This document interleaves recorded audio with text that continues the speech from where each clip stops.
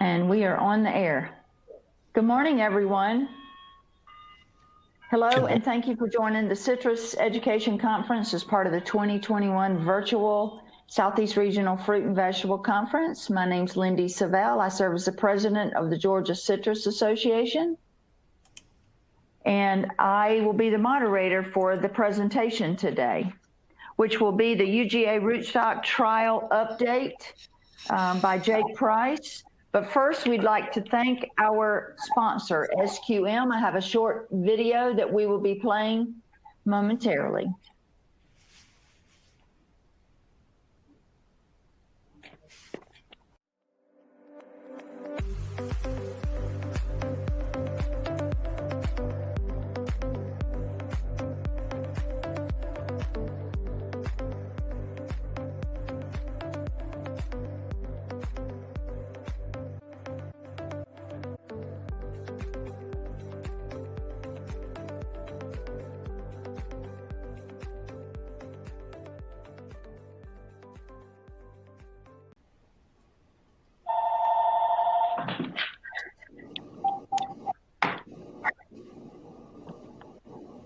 Again, we'd like to thank SQM for sponsoring us today's Citrus Education Seminar.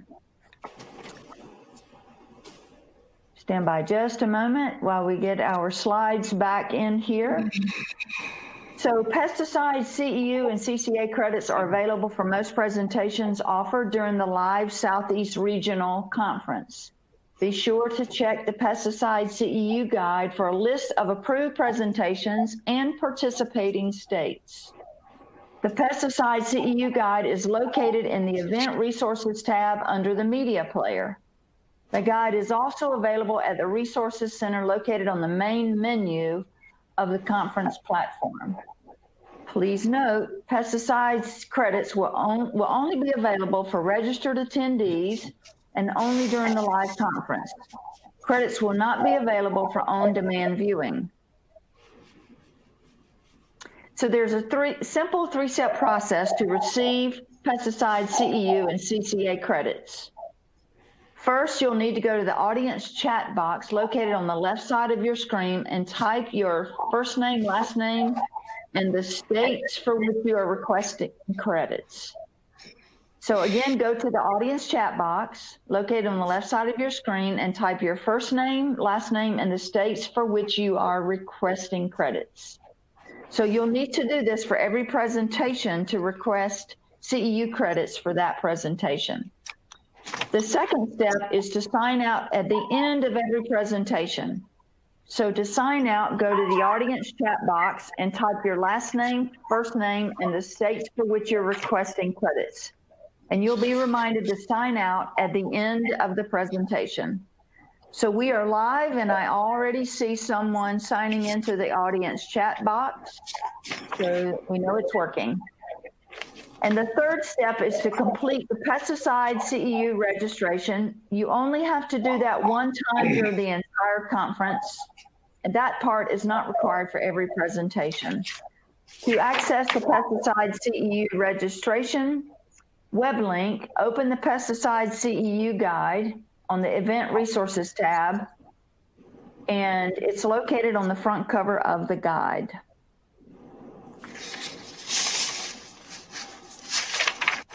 So this presentation actually is not pre-recorded, it is live, but you will have a chance to ask questions either through the audience chat box or the questions box at the bottom of the page.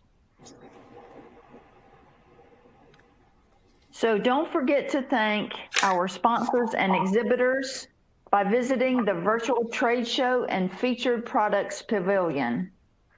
And also, be sure to join us for morning coffee chats beginning at 8:15 and evening receptions and networking beginning at 5 p.m. each day.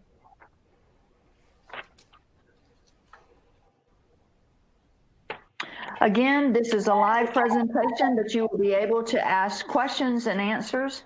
So type your question in the questions box and press send.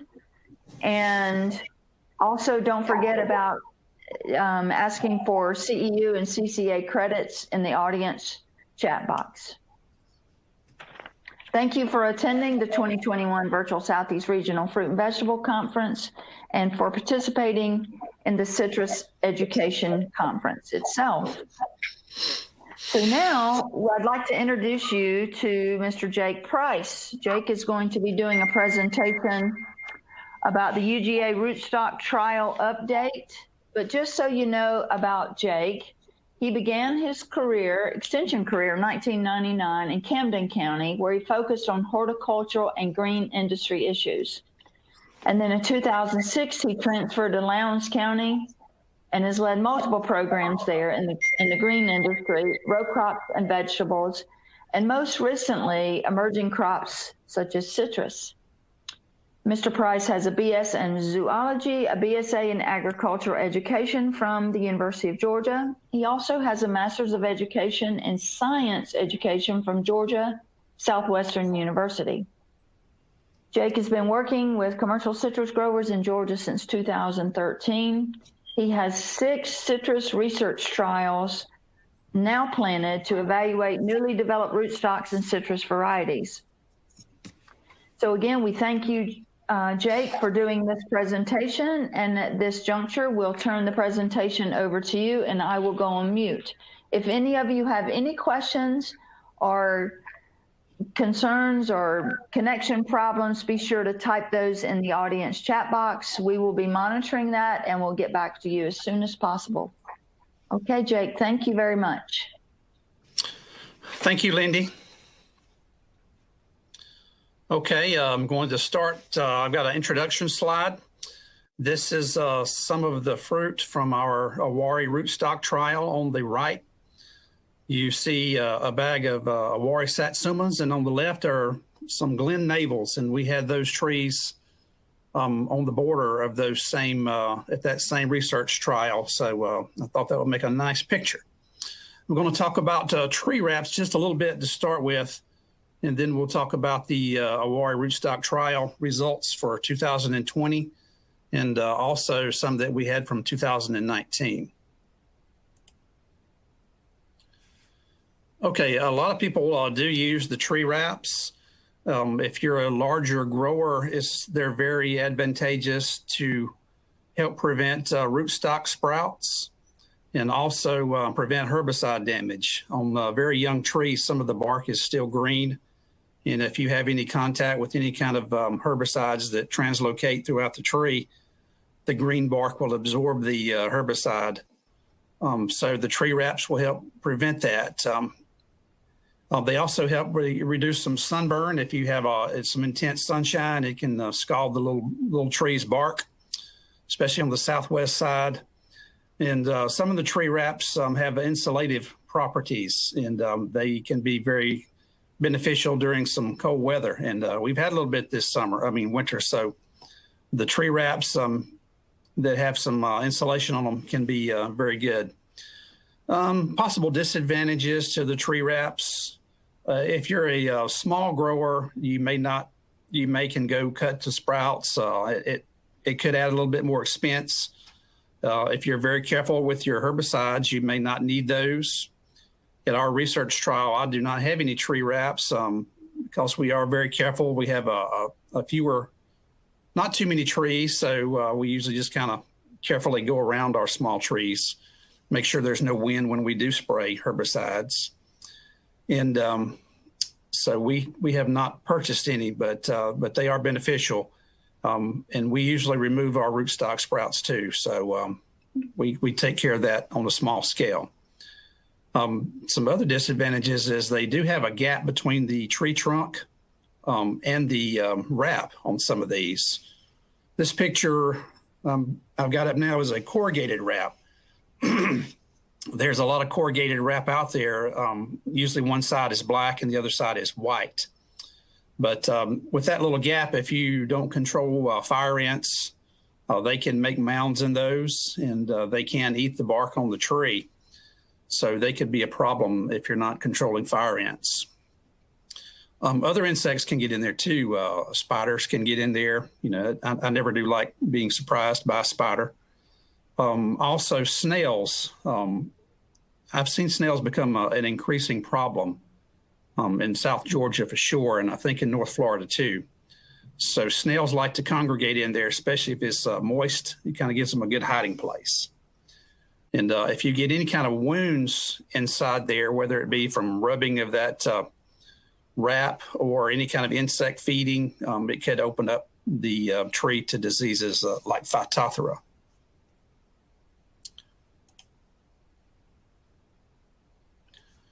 Okay, this slide is 3 more kinds of wraps that are used.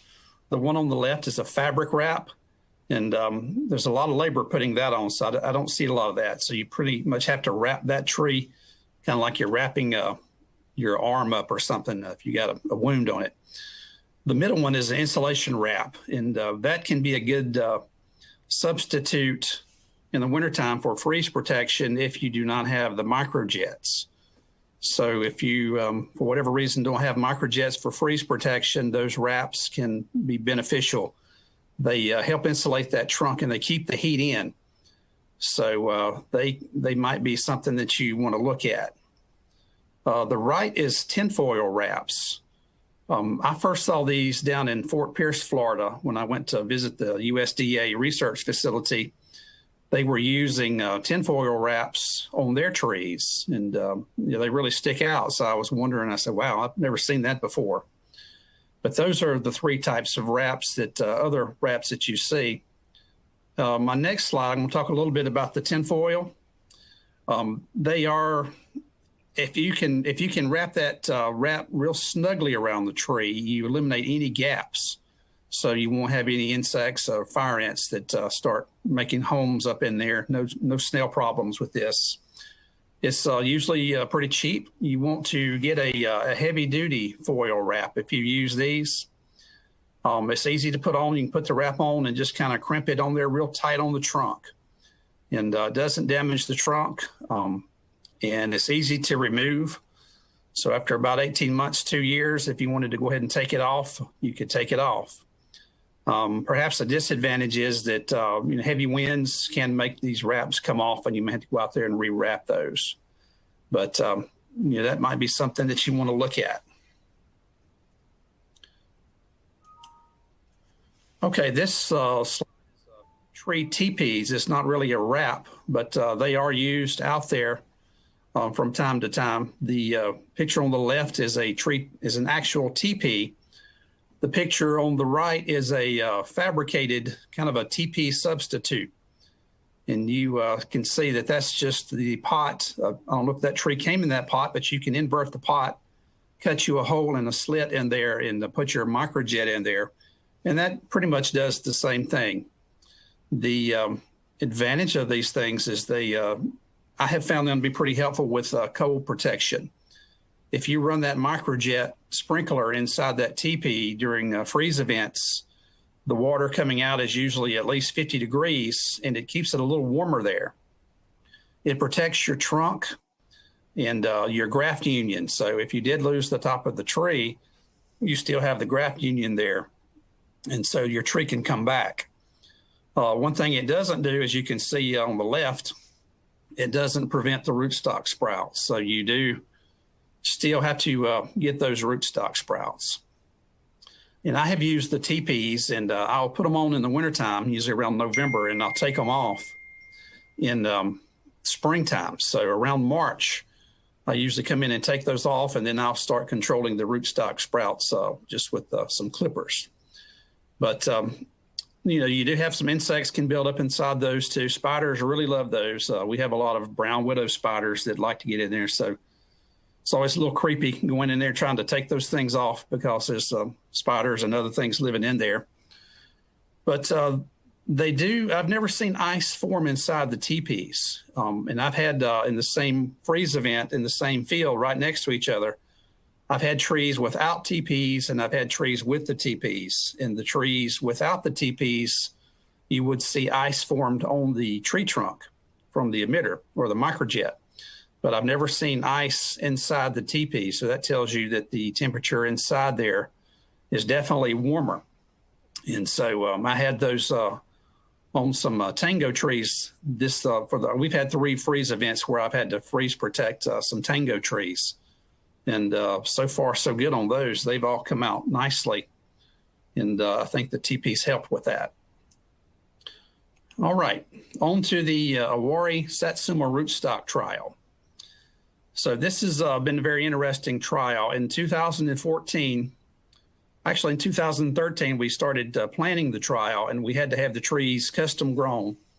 And we wanted originally, I think, 13 rootstocks, all with Awari as the scion. But we only got 6 that first year. So in September 14th, we planted those first 6 rootstocks.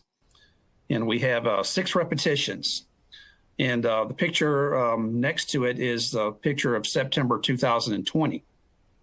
So those trees have really grown, and they're really fruiting nicely now. So they're looking good.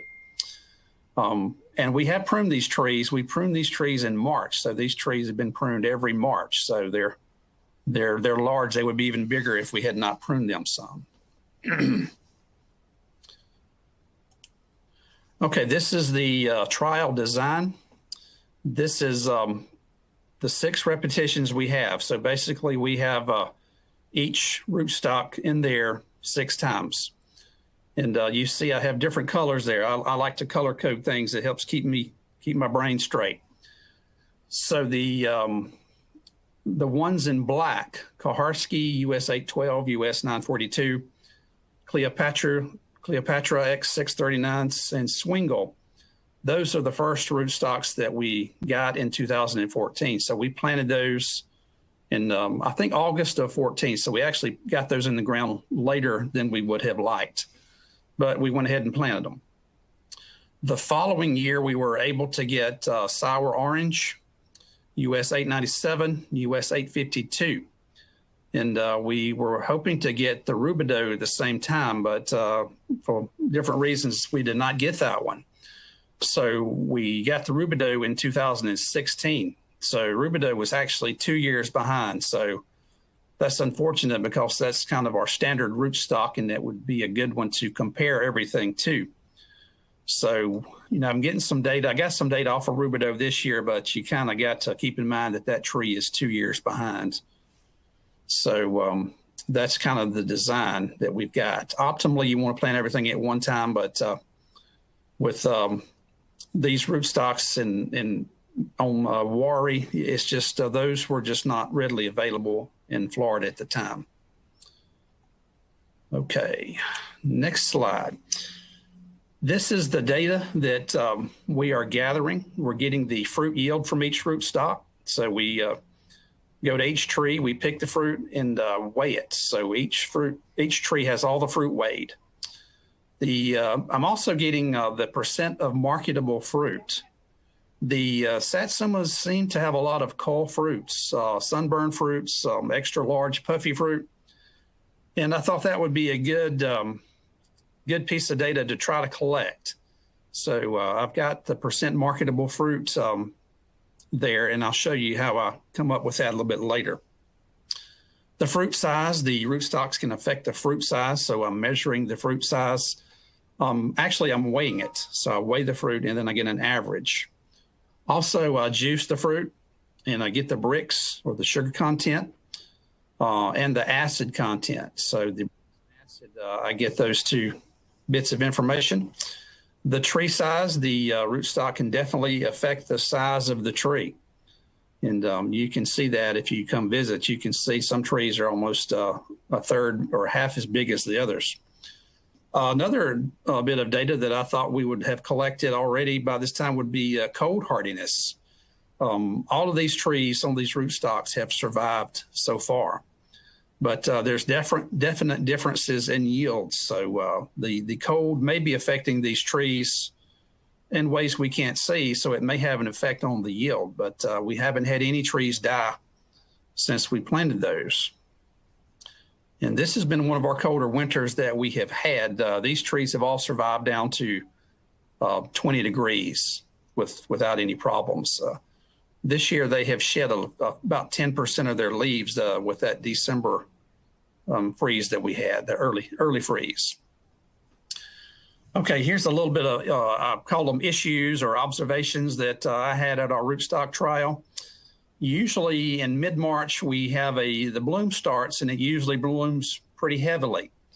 But it started blooming in mid-March, but I noticed the bloom wasn't just a big old magnificent bloom where you bring people out and say, man, look at all these blooms. It bloomed, and it just kept blooming, and probably for 3 or 4 weeks, those trees were blooming.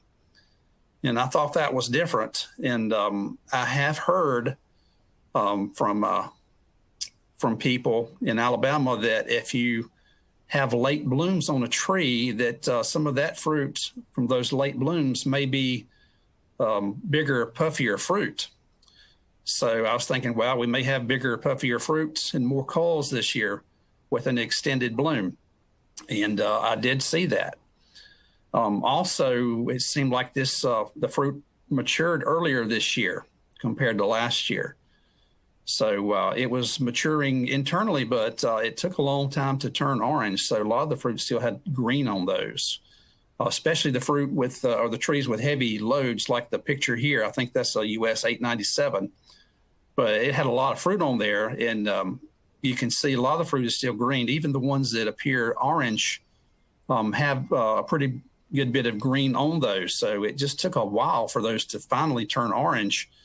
And by the time that they did turn orange, they were starting to get a little bit soft. So it's kind of hard to determine when you need to go in and get your fruit samples to juice the fruit. But I went in there, I think November the 10th, and then I picked the ripest fruit from each tree. And then I analyzed that juice. Overall, we had a larger fruit. We had some trees with some large fruit on it that were marketable, but they were surprisingly large. The fruit, a lot of the fruit seemed okay, but they were just bigger than what the buyers want. And all of them did have more culls than last year.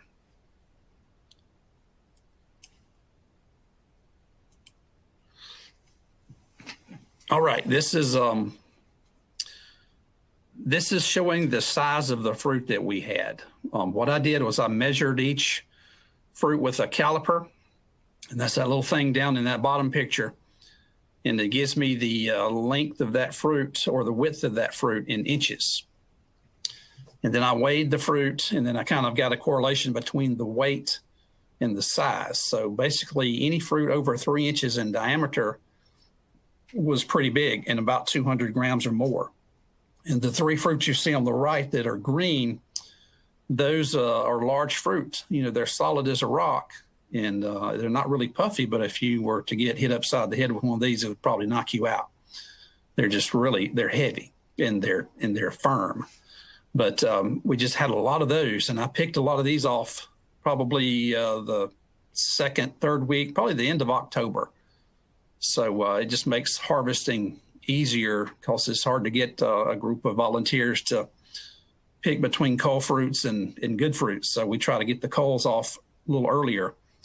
But the 3 on the left that are kind of a yellowish orange, those are the size fruit that you really want with your satsumas. There's one on the left that's 2.31 inches.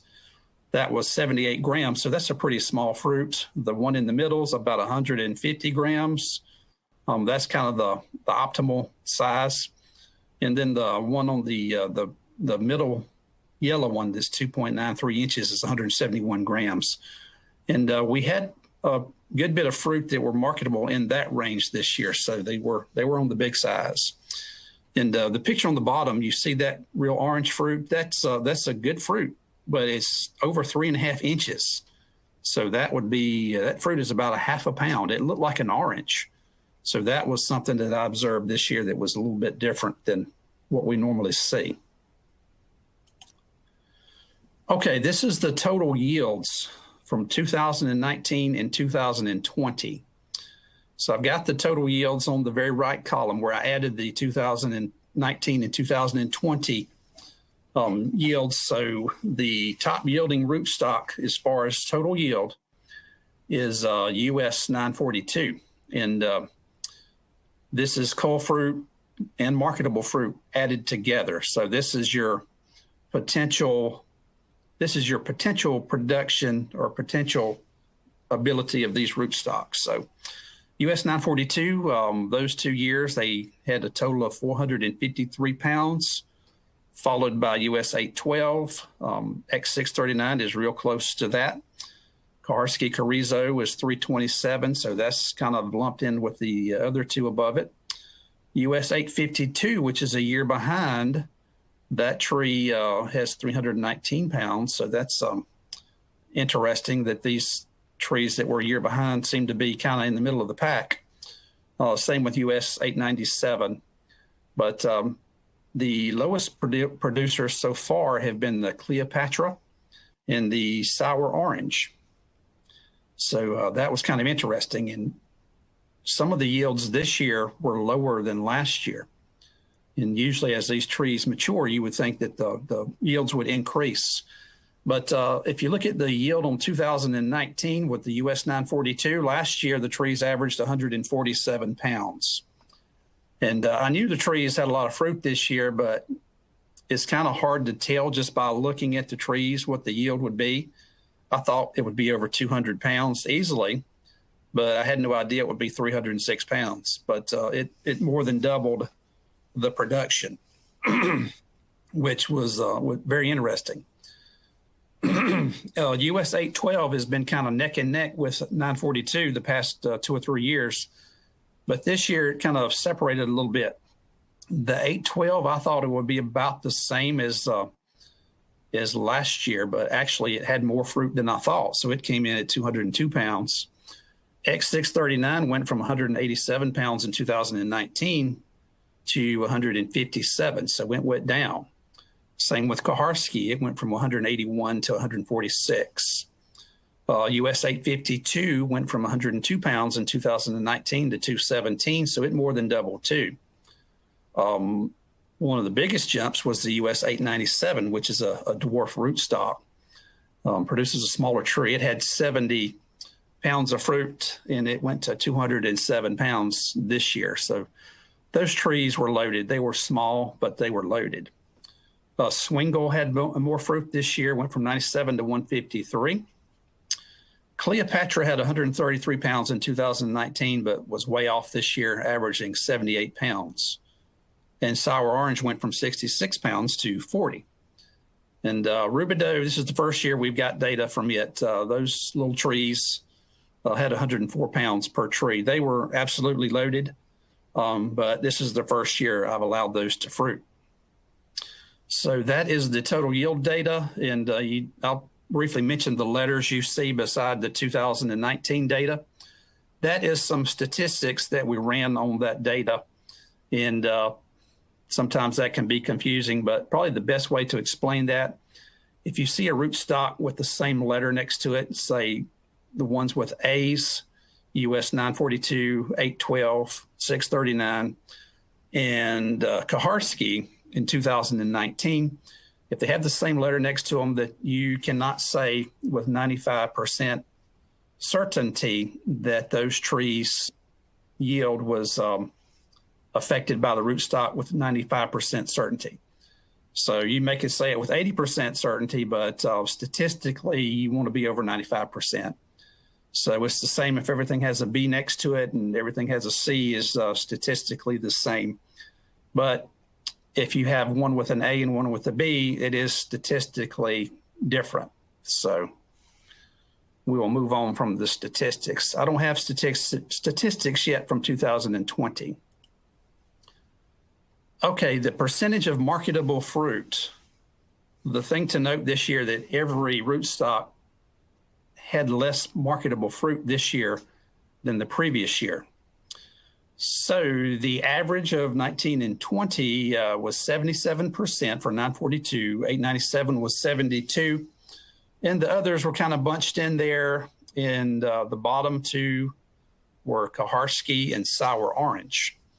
And I didn't even include the Rubidoux because this is the first year, but it had 85% marketable fruit by size mostly, but those fruit tended to stay green well into November. So it was a little bit different. You know, of course, there's so much rubidoux out there. We know rubidoux is a good rootstock. But you do see the statistics there too, A, B, and C, and D. I don't think there's a D, but an A and a B and a C. And but as you see, the 942 had an 84% marketable fruit rate. In 2019, it went to 70%. So all of those did go down. And again, I don't know if that's because of the extended bloom time, but you know that's something that I suspect. All right, this is what I called a cull fruit, just to kind of show you a picture. Anything that's large and puffy, over 3 inches, and you know I measured these fruit with the caliper, and after a while you can kind of tell which one's 3 inches, and you just pick those off. And anything that was sunburned or severely blemished. So if you had a lot of katydid damage, a lot of wind scar, a little bit of severe rust mite, I would pick those off and call those culls. Here's more cull fruit. This is we picked a lot kind of late October that were just big. And just measuring that one, that's 3.24 inches, and that's bigger than the packers or the buyers want. And so you can see that one's 3.24 inches, and you see even bigger ones in there, but they're solid. And they may have made a nice fruit if they would have continued to grow. They just would have been really, you call them jumbos or something. Okay, this is the average fruit weight. So what I do on this is we'll pick the fruit from the tree, and then I'll just reach in the bin and I'll just take 30 fruit and weigh 30 fruit. Then I'll divide that by I'll divide the total weight by the 30 fruit, and that'll give me the average weight of each fruit. So you want to be pretty much less than 200 grams to be marketable. And but the 942 had the smaller fruit at 142 grams, and on up to the sour orange at 172 grams. But there's not a huge difference in the top 3 or 4. On fruit size. Last year, the X639 had the smaller fruit. And I've heard that a lot of times that rootstock will have a smaller fruit. In 2019, the fruit were 129 grams, but in 2020, it went up to 180 for marketable fruit. So it didn't really hold true that that was a smaller fruit this year. And I think, as most people know, the more fruit you have on the tree, the smaller the fruit size. So it looked like some of these trees like X639 and Koharski, they didn't have a lot of fruit just visually walking by, but the fruit were bigger. Like the Koharski fruit size in 2020 was 195 grams. So that's a big fruit. That's close to half a pound. All right, this is the bricks and the acid. This is how I collect that data. What I do is I collect 10 fruit from each tree. I pick that fruit when I think everything is ripe, or when every tree has some ripe fruit. And this year was November the 10th. I cut it in half and I juice it, and then I mix that juice up, and then I'll put it in one of those little containers on the right, 4 ounces, and then I will transfer that into a microcentrifuge tube at the lab. And you see the tube on the left is the juice is a light orange color. The tube on the right, after I have centrifuged it, all the solids go to the bottom, and I will take the juice sample from that top clear part, and then I will test the bricks. And then that's where I get my data. And so each sample represents 10 fruit from one tree. If I tested the juice on the left in that microcentrifuge tube, this orange, I noticed with the solid still suspended in there, the bricks will be a little bit higher. Say the bricks on that one on the left may be 10.5. If you have the clear juice, it may be 10.2. So if you're just taking some random juice samples out in the field, you're also getting the solids in there. So your juice samples may be higher than what I'm doing in the lab. So the bricks that I get may look a little less than what you may think that you're getting just out in the field.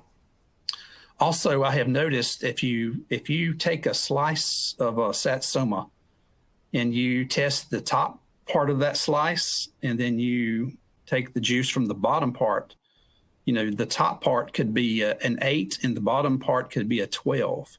So that would average to be 10. But if you're just taking the juice out of the bottom part of that slice of orange or satsuma, you can kind of get bricks that really don't represent the whole fruit. So you really got to juice them and mix them to get a good average of everything. So I really saw that extreme in a couple of cases this year where the top would be an 8 and the bottom would be a 12.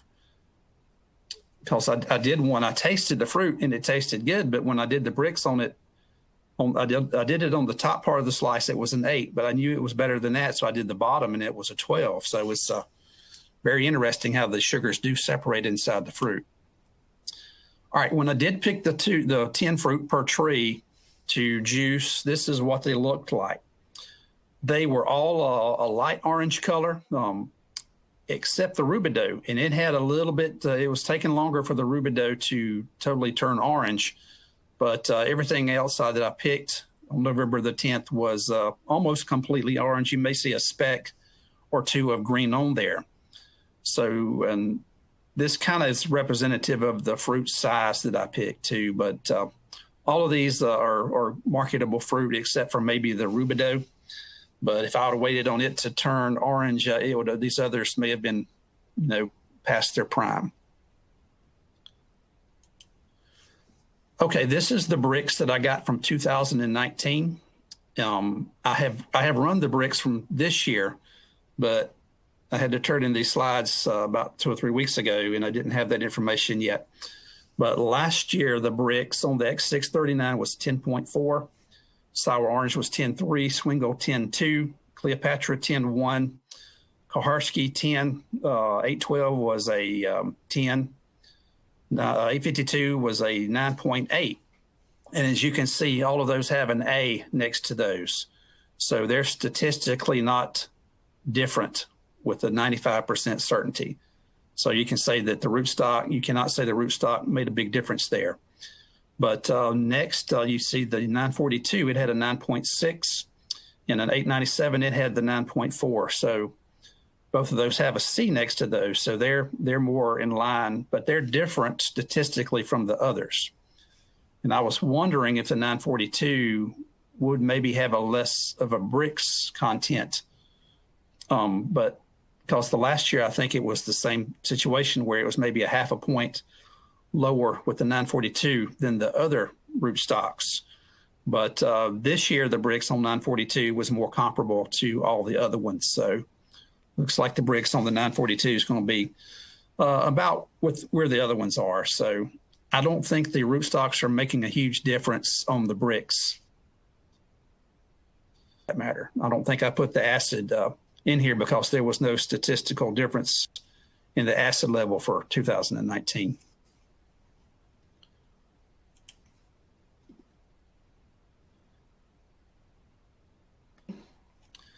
Basically, how to explain yield efficiency is if you look at both of these trees, and each of these trees produced 100 pounds of fruit, the smaller one would have a better yield efficiency because this has less canopy volume. So the yield efficiency per area on that smaller tree with 100 pounds is better than the yield efficiency of that bigger tree with 100 pounds. So if you had more of the smaller trees per acre, you would produce more fruit because the bigger trees bigger and taking up more space, but producing fruit less efficiently. So that's about as good as I could explain that one. But here's the yield efficiency. 942 had 0.64, so it had probably the best yield efficiency. Koharski, which is a pretty big tree, in 2019, it had good yield efficiency. 852 and 812 and X639, both, all of those have the A next to them. So they're not statistically different. But this year, it will be interesting to get that data to see what the yield efficiency will be, because I think you will see some significant differences probably in the 942 and the 897 in 2020. And to get that data, I have to measure the trees, the width in 2 locations. So I'll get the width from 2 points. So I basically make an X in the tree. And I'll say if it's 10 feet by 12 feet, and then I'll get the height, which may be 8 feet, so it's 10 by 12 by 8. And then you'll divide the yield, divide that by the yield, and you'll get the yield efficiency. So I may do that this afternoon. Okay, just to tell you what the tissue analysis for this rootstock trial was in 2019 and 2020.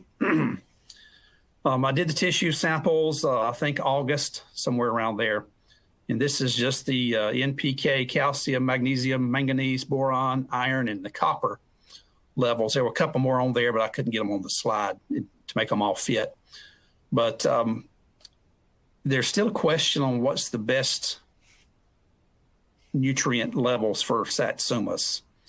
You can look at data from Auburn, and it'll say you need 3.4% nitrogen. I've kind of weaned down the nitrogen every year a little bit to see if there was any effect. In 2019, my nitrogen levels was 2.85, and this year it was 2.6, and everything still seems to be going well. And I've heard that too much nitrogen, or read that where it can make fruit more puffy. You know, I don't know if that's a big factor or not, but anyway, the 2.6 is where I was this year, and I don't know if I want to really go below that, but I think if you have over 3 or 3.4, it may contribute to puffiness, and it may keep those fruit from turning orange. I don't know, but that's something that we need to look at too. So we still need a lot of studies on the fertility of satsumas. All right, but these, the optimal ranges here are recommendations from the University of Florida for citrus in general. So, you know, you got recommendations for citrus in general from Florida, then you can see some from Alabama, and you may find some from other locations that may be different. So there's quite a range, but we don't know which is best. Okay, this is just some summary observations. The 639 Kaharski Cleopatra sour orange had less fruit this year than in 2019, less yield. 942 had 89.9 pounds more fruit per tree than the next highest yielding rootstock, which was US 852. So the fruit took longer to turn orange on the rootstocks with heavy fruit loads, especially US 942, 897 in Rubidoux especially. There was not a big, large bloom in March like there normally was. The bloom was extended over several weeks. All the rootstocks had a higher percentage of culls than compared to last year. And the canopy growth this spring was significant. And I've heard that throughout the state, that everybody had just like a big flush of just leaves and canopy. And I don't know what caused that, but being that it was all over the state, I'm thinking that the temperatures really have an effect on how satsumas perform. So, and I heard a lot of people had extended blooms this year too. All right, I think I've got one more slide. Okay, this is my last slide. This is just the trials that we do have. Trial number 1 is the trial that I've been talking about, the 10 rootstocks on Awari 874. I have an early maturing satsuma trial, which we got some data off of this year. Got 2 years of data on that. Third trial, which is one called Orange Frost and Arctic Frost compared to Awari. Orange Frost and Arctic Frost are satsuma hybrids, but they're a hybrid between a Changsha and a satsuma. Supposed to be real cold hardy. Just kind of wanted to see how those do. Haven't got any data off of that one yet. Another one is Sugar Bell on 4 different rootstocks. We've got that one repeated 5 times. So I've got Sugar Bell on 897, 942, Rubidoux, and 852. Small little trial, but you know, we had a space to do it, so we did. Hopefully we'll get some fruit off of those trees next year. The trees are really big, but they just didn't have any fruit this year. I think they're a little late producing too. 2 more trials that I planted this year, trials 5 and 6. I've got satsumas and tango mandarins on some of the newer rootstocks that are supposed to have HLB tolerance, US 1279, 1282, 1283, 1516, UFR 6, UFR 17, and I also put in the US 942, which seems to be proving pretty HLB tolerant itself. 812 and one called US 1777, which is now called Super Sour number 2, and Rubidoux. So those trees were planted last May, and all of those are still alive. They've all survived the freezes, and they're growing nicely and should prove to give some good data. It's going to be several years down the line, but they're in the ground. But that is all I have. And if anybody has any questions, you can type them in the box, and I will see if I can find my box to look at questions and answer your questions.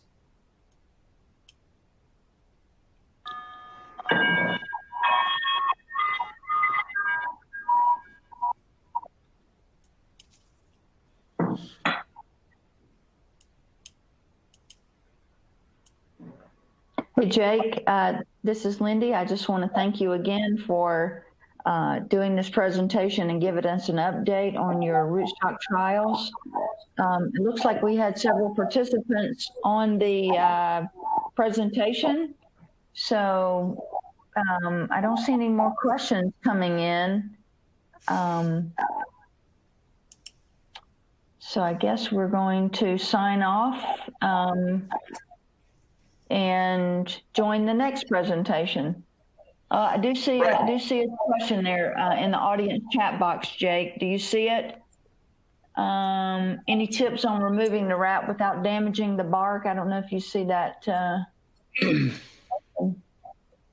I don't see it here. If you go over to the right, you'll see your audience chat box. Okay. A little green box at the bottom. Yeah, I see it. Okay. Removing the wrap without damaging the bark. You know, I haven't used wraps, and so I haven't removed the wraps. But the tinfoil, I would not think if you use tinfoil that would cause any damage to the bark. Otherwise, if you're removing some of these corrugated wraps, you just have to do it very carefully.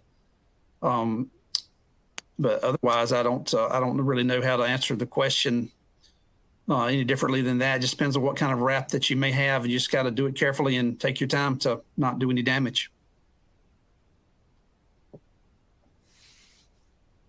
Did you hear me? Could you hear me, Lindy? Yes, you came in great. Okay. Jake, I'm going to sign off and get to the next presentation. I'll leave the Q&A and the wrap up to you. It looks like people have signed out. So be sure everyone to sign out of this. Be sure to sign out on this audience chat box in order to get your credits for this. All right. Thank you, Lindy. Thank you.